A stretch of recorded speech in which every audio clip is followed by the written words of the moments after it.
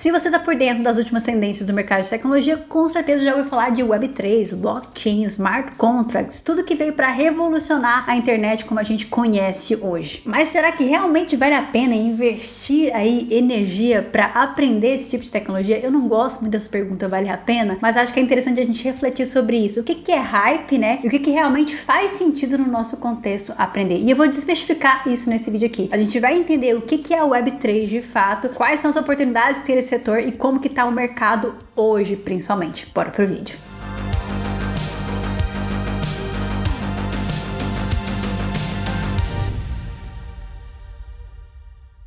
Antes de mergulhar de cabeça nesse assunto, seja muito bem-vindo ao meu canal, a Take Dev, se você é novo por aqui. Considere deixar o seu like se você gostar do conteúdo. Mas responde aqui pra mim que eu tô com uma dúvida. Você sabe o que é Web3? Você tem interesse de trabalhar aí neste nicho específico? Porque eu vejo que são termos que a gente vê que tem muita hype ali, blockchain, papapá. Mas eu quero entender se realmente existe um interesse, né, grande da comunidade desenvolvedora em começar a trabalhar com essas tecnologias, em desmistificar nesse sentido. É por isso que eu tô gravando esse conteúdo aqui, mas já responde para mim se você trabalha com Web3 ou tem interesse em trabalhar com Web3. E um ponto bem interessante de comentar aqui é que quando eu comecei a estudar sobre o assunto, isso foi em 2021 e o mercado estava muito em hype naquele momento, né? Principalmente por conta das NFTs e tudo mais. Mas depois, né, o mercado meio que virou de cabeça para baixo e é nesse período que a gente pensa, será que foi uma hype? Será que faz sentido ainda estudar esse tipo de tecnologia? E aí eu acho interessante a gente entender quais são os fundamentos por trás daquela tecnologia. O que é Web3 nesse sentido. Então, antes de começar a discutir se vale a pena ou não, é legal a gente entender qual que é o conceito de Web3. O Web3 vai muito além de cripto, de NFT, de blockchain, de smart contracts. É, na verdade, como se fosse um novo paradigma que veio para transformar a internet como a gente conhece. Então, só para a gente ter um contexto histórico, se a gente está no Web3 é porque algum dia a gente já teve no Web 1.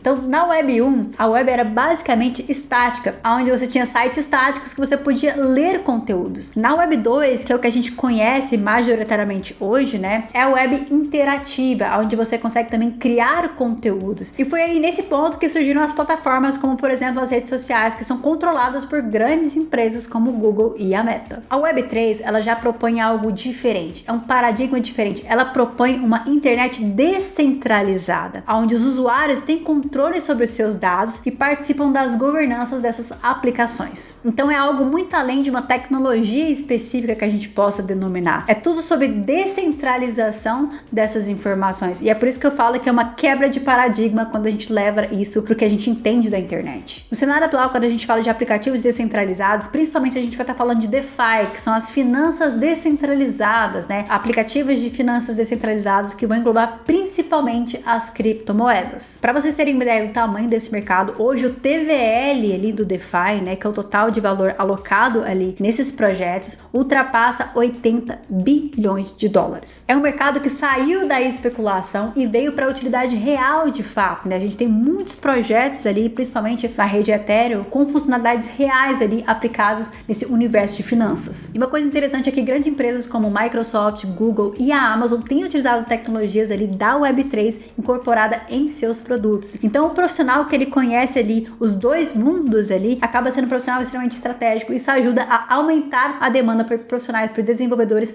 Web3 aí no mercado. E é legal a gente analisar o quanto esse mercado tem evoluindo ao longo do tempo. Então, não é só sobre smart contracts, né? Mas hoje tem uma série de possibilidades que você pode atuar nesse mercado. Por exemplo, desenvolvimento de infraestrutura. As empresas precisam cada vez mais de profissionais que consigam manter ali infraestruturas descentralizadas, pensando principalmente na segurança. A gente tem também o que a gente chama de DApps, ou aplicações descentralizadas, que vão conectar a blockchain ali com interfaces amigáveis ali para o usuário. Então, profissionais que podem atuar criando essas aplicações descentralizadas. Que é uma área muito interessante porque vai precisar de um conhecimento sobre blockchain, mas também vai exigir conhecimento de experiência do usuário, principalmente front-end. Outra demanda interessante é a segurança e a auditoria. Com a quantidade de hacks e ataques que a gente vê hoje, profissionais que trabalham com segurança de smart contracts acabam sendo também muito estratégicos nesse nicho. Existem também oportunidades no mercado tradicional, então a gente vê cada vez mais mais empresas ali tradicionais tentando incorporar tecnologias Web3 nos seus produtos. E aí, assim como eu falei, esse profissional que ele vai entender dos dois mundos, né, tanto centralizado quanto descentralizado, acaba sendo um profissional extremamente interessante nesse contexto. Um exemplo disso é a criação do Drex, que é a moeda digital aqui do Brasil, que utiliza ali uma blockchain, né, mas que é controlada por uma entidade centralizada, no caso, o Banco Central. Eu acho que é legal a gente entender essas possibilidades, porque parece que quando a gente fala em Web3, você necessariamente tem que trabalhar criando ali, desenvolvendo blockchains, mas não é somente isso. Tem diversas possibilidades, infraestrutura, como você interage com esses protocolos ali, tem diversas possibilidades para você atuar dentro da Web3. Ficou curioso com esse tal de Web3, mas não sabe nem por onde começar? Na Alura você encontra cursos que vão passo a passo para você aprender sobre esse universo blockchain com quem realmente entende do assunto. Como, por exemplo, o curso Blockchain Solidity, onde você vai aprender os fundamentos, o que é uma blockchain, você vai criar o seu token e ainda publicar os seus contratos inteligentes na rede. Outro curso muito legal é um curso que foi desenvolvido com o Banco do Brasil, onde você vai aprender mais sobre EVM, Layer 2, Oracles e até testes de integração com aplicativos descentralizados. Tudo com muita prática. Conteúdo feito por quem entende, tem autoridade de mercado, com uma didática super elogiada pela comunidade. Além disso, na Alura você conta com a Luri, que é a sua mentora 24/7, é uma inteligência artificial que está ali disponível para você tirar todas as suas dúvidas e para poder te orientar. Sem contar que você vai fazer parte também da maior comunidade tech do Brasil e vai ter todo esse suporte. Aqui no link da descrição do vídeo você garante 15% de desconto na sua matrícula. Agora, falando em mercado de trabalho, falando em dinheiro principalmente, né, que é good nós não have, que é um ponto bem importante nesse sentido, qual que é a perspectiva de um desenvolvedor Web3 hoje no mercado de trabalho? Eu não consegui achar uma média local aqui do Brasil especificamente, porque eu acho até que é um nicho bem novo que está sendo explorado aqui no Brasil, mas eu encontrei uma média global do Crypto Jobs List, e lá nessa média, um desenvolvedor sênior Web3 ganha em torno de $120 mil anuais a $200 mil anuais. E mesmo um júnior nesse sentido pode chegar aí a $70 mil anuais, que é um salário bem interessante. O salário de desenvolvedores que trabalham com Web3 costuma ser maior do que desenvolvedores que trabalham com a Web 2, que é o que a gente conhece hoje. Então, se você já é desenvolvedor do Web, eu acho que pode ser ali uma sacada bem interessante começar a aprender um pouquinho desse nicho. É claro que tem seus pontos negativos e a gente vai falar sobre eles também, né? E eu acho que um ponto que eu preciso trazer aqui é que existe uma barreira maior para quem está entrando no mercado de trabalho. Hoje, as pessoas que trabalham com Web3 são pessoas que migraram de outras áreas, ou já trabalhava com desenvolvimento web, que já era, por exemplo, super experiente nessa área, começou a trabalhar com Web3, ou trabalhava em outra área e foi estudar como trabalhar com smart contracts, porque viu a oportunidade de mercado. Então, normalmente são profissionais que já têm uma certa experiência, então você vê uma quantidade menor de vagas para júnior, principalmente. Esse ponto é muito interessante, porque quando a gente fala de uma tecnologia, de uma linguagem, etc., a gente não só tem que considerar a questão de oportunidades e o quanto essa tecnologia é promissora, mas também como que tá o mercado de trabalho nesse sentido, né? Inclusive eu falei sobre isso no vídeo que eu gravei sobre Golang, que é uma tecnologia sensacional, mas que tem uma quantidade reduzida de vagas para iniciantes. Então é um ponto a se considerar se você tem pressa de entrar no mercado de trabalho. E uma coisa que vocês podem ter certeza é que sempre aqui no canal eu vou trazer a true, conteúdo de verdade para ajudar vocês. Então quando eu tiver uma opinião que eu acho que é importante, por exemplo, falar sobre essa questão de mercado, eu sempre vou trazer aqui no canal. Vamos falar então das tecnologias fundamentais para você trabalhar na Web3. Hoje a Solidity continua sendo a linguagem principal ali para o desenvolvimento de smart contracts na blockchain da Ethereum. E na verdade de todas as redes compatíveis, né? E quando a gente pensa em aplicativos descentralizados, a Ethereum é a maior rede de aplicativos úteis e funcionais que a gente vê, né? Outra linguagem interessante é Rust, que é utilizado ali na blockchain da Solana. Mas um ponto que a gente precisa entender, se você acompanha o mercado cripto,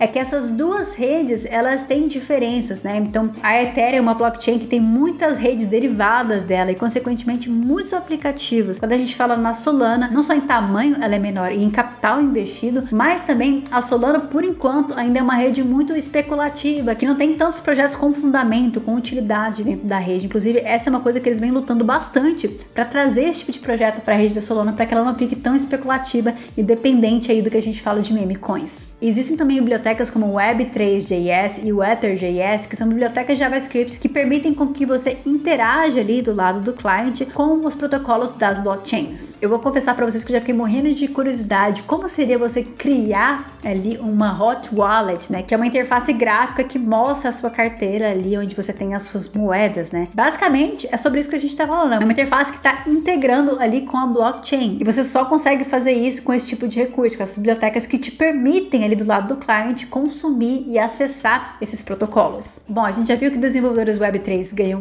muito bem, mas bora falar dos desafios também. Qual que é o desafio de você escolher essa carreira hoje? Acho que o ponto principal aqui é a complexidade, tá? Lidar com esse conceito descentralizado não é uma coisa muito comum ali de roadmap pra gente que trabalha com desenvolvimento. E eu acho que quem vai trabalhar com Web3 precisa ter esse conceito muito bem definido, especialmente quando a gente fala nessa questão da segurança e do entendimento das redes, sabe? Consequentemente, também por ser um nicho novo, né, relativamente novo, a gente vai ver uma quantidade menor de materiais, de estudo e tudo mais disponíveis na internet. Outro ponto que eu destacaria é a volatilidade desse mercado. Se a gente for pensar no mundo de DeFi principalmente, né, tudo vai girar em torno basicamente de criptomoedas. E as criptomoedas a gente sabe que elas têm ciclos, né? O ciclo do Bitcoin, por conta do halving, né, acaba impactando as outras criptomoedas e acaba que a gente tem um mercado muito cíclico, onde ele tá muito quente e depois ele esfria totalmente, que é o que a gente chama de bear market. E lidar com essa volatilidade para quem trabalha ali com aplicações que são criadas para esse contexto específico, eu acho que acaba sendo um desafio. É aquelas, né? Quando tudo tá bombando, né, o dinheiro entra. Agora, quando tudo tá indo mal, o dinheiro sai e sai com força. Acho que outro ponto a se considerar em desafio seria a segurança, porque se você errar ali no desenvolvimento de um smart contract, um erro simples pode custar milhões, então tem essa responsabilidade. Outro ponto também é a regulamentação. As regras estão sendo escritas agora, então é uma coisa que vai estar sempre em constante evolução e mudança e você precisa acompanhar isso. Se depois disso tudo que eu falei você continua interessado, eu espero que esteja. Como começar a entrar nesse universo da Web3? Acho que o primeiro ponto é aprender ali os fundamentos, principalmente quando a gente fala nesse conceito de redes descentralizadas, blockchains, smart contracts, né? Entender esses conceitos são muito importantes. Eu acho também que para iniciantes, começar pela rede Ethereum é a melhor rede, porque é a maior rede que a gente vê em termos de aplicações descentralizadas. Então acho que faz total sentido você começar pela maior rede, porque principalmente você vai ter uma quantidade maior de oportunidades e também de recursos para você poder explorar. E um outro ponto muito importante que eu acho que quem quer trabalhar nesse nicho, né, precisa estar imerso na comunidade. Existe uma comunidade muito forte quando a gente fala no conceito de Web3, justamente porque ela traz esse paradigma que é muito importante da descentralização. É como se fosse, na verdade, um mindset diferente. Então tem essa comunidade muito forte que acredita na descentralização. Então você estar imerso nessa comunidade também é muito importante para o seu sucesso ali nessa carreira trabalhando com Web3. Agora, falando de tendência para o futuro, acho que tem dois pontos que a gente precisa considerar aqui quando a gente fala em Web3. Primeiro, que são jogos, né? Jogos blockchain que exploram isso de uma forma imersiva. E segundo, que é o DeFi institucional. Instituições financeiras tradicionais que estão utilizando conceitos do DeFi para aplicar ali em seus serviços e produtos. Eu acho que essas são duas tendências muito interessantes ali para os próximos anos. Então, se a gente for analisar tudo que eu falei, você acha que vale a pena trabalhar com Web3? Deixa aqui o seu comentário que eu vou ficar muito curiosa para saber a sua opinião. Na minha opinião, se você é uma pessoa que não tem medo de desafios, você é uma pessoa que tem interesse nesse conceito, nessa ideia de uma internet descentralizada e principalmente acredita nisso, é uma pessoa que gosta de inovação principalmente, com certeza é um nicho muito interessante para você explorar. Assim como a gente viu, tem seus desafios, mas também tem muitas oportunidades aí no mercado. Não esquece de deixar o seu comentário, assim como é de costume, eu vou responder um comentário que deixaram em outro vídeo aqui do canal. O comentário que eu vou responder hoje é do Luiz Gamer. Ele perguntou: é uma Gibson ou uma Epiphone a sua Flying V? Essa que tá aqui, ele... Acho que não dá pra ver a marca, mas essa aqui é uma Gibson, que inclusive a gente não tem mais Gibson hoje, então acho que essa aqui é uma raridade, né? Mas eu também tenho uma Epiphone. Se você pegar os vídeos mais antigos aqui do canal, não sei se vocês repararam, mas aquela guitarra que tá nos vídeos antigos, que é o cenário antigo aqui do canal, ela é amarela, então não é a mesma guitarra. Eu tenho duas Flying V. Uma Epiphone, que é a Epiphone Corina, que é lindíssima, né? Aquele amarelo é da própria madeira mesmo, e essa branca aqui, que é uma Gibson, né? Pra quem não sabe, eu já tive uma banda de metal, fui metaleira aí na minha vida, então é por isso que eu tenho muitas guitarras. No total são 5 guitarras que eu tenho, e música sempre fez parte aí da minha vida. Muito obrigada pelo seu comentário. Agora, assim como é de costume, eu vou recomendar outros dois conteúdos para vocês maratonarem aqui no canal. O primeiro vídeo que eu vou indicar é um vídeo que eu falo sobre 7 previsões para o futuro da programação, para você entender o que pode acontecer nos próximos anos. O outro conteúdo vai ser uma recomendação do YouTube. A gente se vê em um próximo vídeo aí. Até mais!